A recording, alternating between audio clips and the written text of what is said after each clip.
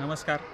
मी 3 number वार्डातला रहिवासी proper हनुमाननगरमध्ये राहणार आहे.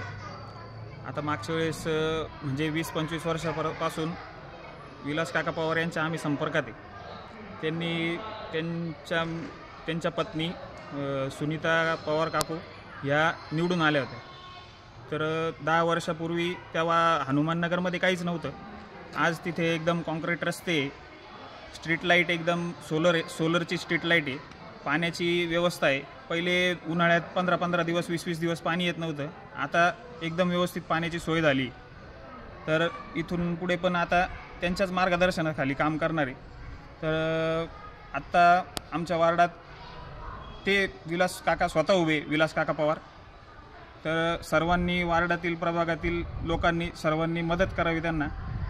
कमळ या निशाणीवर शिक्का मारावा, कमळाचं बटन दाबावा आणि त्यांना प्रचंड मतांनी निवडून द्यावं.